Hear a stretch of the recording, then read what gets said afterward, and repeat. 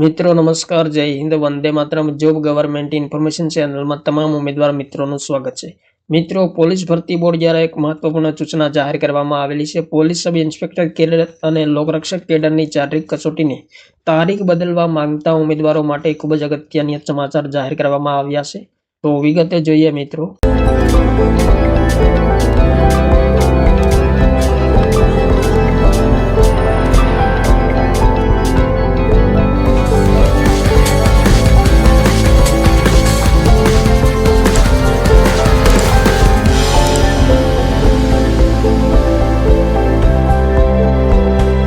જે કોઈ ઉમેદવારોને નીચે જણાવેલ કારણોસર જાહેરાત ક્રમાંક GPRB 2025-26 અન્વયે શારીરિક કસોટીની તારીખ બદલવાની જરૂરિયાત ઊભી થઈ હોય તો તેઓએ અરજી સાથે કોલ લેટરની ઝેરોક્સ અને જે કારણથી તારીખ બદલવા માંગતા હોય તે અંગેના પુરાવા સાથે ગુજરાત પોલીસ બોર્ડની કચેરી, બંગલા નંબર G12, ચરિતા ઉદ્યાનની નજીક, સેક્ટર 9, ગાંધીનગર, પિનકોડ 382007 ખાતે નીચે જણાવેલ નમૂના મુજબ રૂબરૂમાં અરજી કરવાની રહેશે. તો શારીરિક કસોટીની તારીખ બદલવા અંગે અરજી જોવાનો નમૂનો મિત્રો અહીં ક્લિક કરીને જોઈ શકાશે. અને ખાસ મિત્રો, નીચે જણાવેલ કારણો સિવાય અન્ય કોઈ કારણોસર ઉમેદવારની તારીખ બદલવામાં આવશે નહીં. તો અહીં મિત્રો મહત્વપૂર્ણ કારણો આપેલા છે તારીખ બદલવા માટે. તો પ્રથમ છે મિત્રો, ઉમેદવારના પોતાના લગ્ન અથવા તો પોતાના સગા ભાઈ બહેનના લગ્ન હોય તો ઉમેદવારને અન્ય કોઈ પરીક્ષા જેવી કે સરકારશ્રીની ભરતી તથા કોલેજની પરીક્ષાના કિસ્સામાં. ત્યારબાદ ઉમેદવારના માતા પિતા, ભાઈ બહેન, દાદા દાદી, પત્ની, પુત્ર પુત્રીનું અવસાન થયેલ હોય.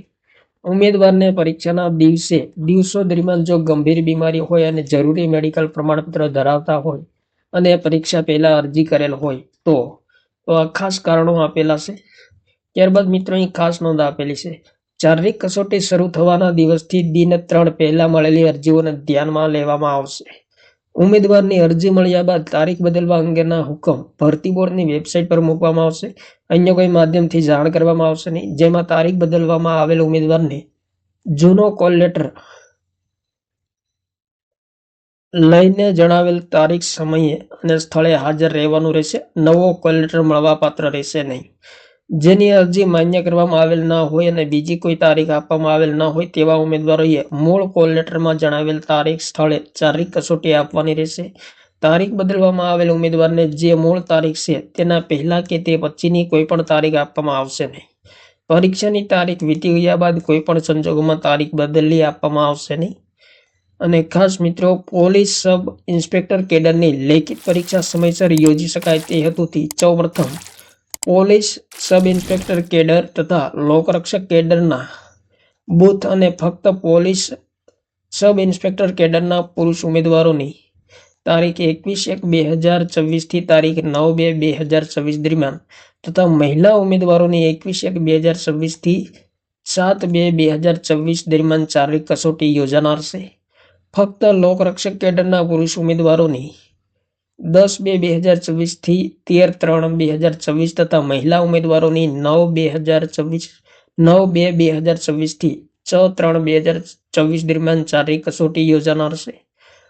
જે કોઈ ઉમેદવારોને યોગ્ય કારણસર શારીરિક કસોટીની તારીખ બદલવાની જરૂરિયાત ઊભી થાય તો તેઓએ પોલીસ સબ ઇન્સ્પેક્ટર કેડર માટે પુરુષ ઉમેદવારોની છેલ્લી 9/2/2024 PSQ જામનગર ખાતે છેલ્લી તારીખ 8/2/2024 અને મહિલા ઉમેદવારોની છેલ્લી તારીખ 7/2/2024 PSQ અમદાવાદ ખાતે છેલ્લી તારીખ 5/2/2024 તથા PSQ રાજકોટ પોલીસ તાલીમ શાળા વડોદરા ખાતે તારીખ 6/2/2024 સુધી ફાળવવામાં આવશે.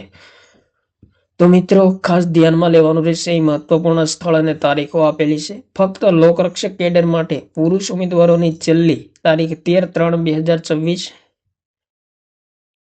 SPRF group 7 Nadiad, PSQ Kheda, PSQ Mehsana, PSQ Sabarkantha, PSQ Jamnagar ખાતે છેલ્લી તારીખ 12/3/2024 અને મહિલા ઉમેદવારોની છેલ્લી તારીખ 6/3/2024 PSQ રાજકોટ ખાતે છેલ્લી તારીખ 3/3/2024 સુધી જ ફાળવવામાં આવશે.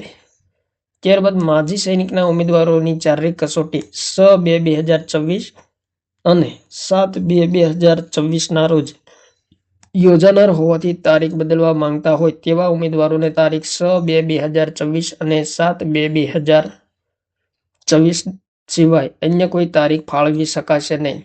તો ઉપરોક્ત બાબતે તમામ ઉમેદવારોએ ખાસ નોંધ લેવી. તો અગત્યની સૂચના જાહેર કરવામાં આવેલી છે પોલીસ ભરતી બોર્ડ દ્વારા. તો જે ઉમેદવારોએ પોલીસ સબ ઇન્સ્પેક્ટર કેડર અને લોકરક્ષક કેડરની શારીરિક કસોટીમાં ભાગ લેવાનો હોય તેમણે મિત્રો ખાસ ધ્યાનમાં લેવાનું રહેશે. અને જે ઉમેદવારો પરીક્ષાની તારીખ બદલવા માંગતા હોય તેમણે મિત્રો અહીં ક્લિક કરીને ફોર્મ મેળવી લેવાનું રહેશે. જે ઉમેદવાર મિત્રો શારીરિક કસોટીની તારીખ બદલવા માંગતા હોય તેમના માટે અહીં ફોર્મ આપેલું છે.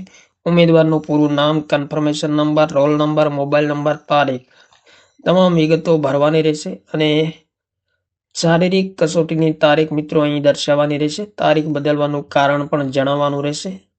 અને ફોર્મ મિત્રો ભરવાનું રહેશે અને ઉમેદવારની સહી કરવાની રહેશે. તો મહત્વપૂર્ણ સૂચના જાહેર કરવામાં આવેલી છે. થેન્ક યુ મિત્રો. જય હિન્દ. વંદે માતરમ.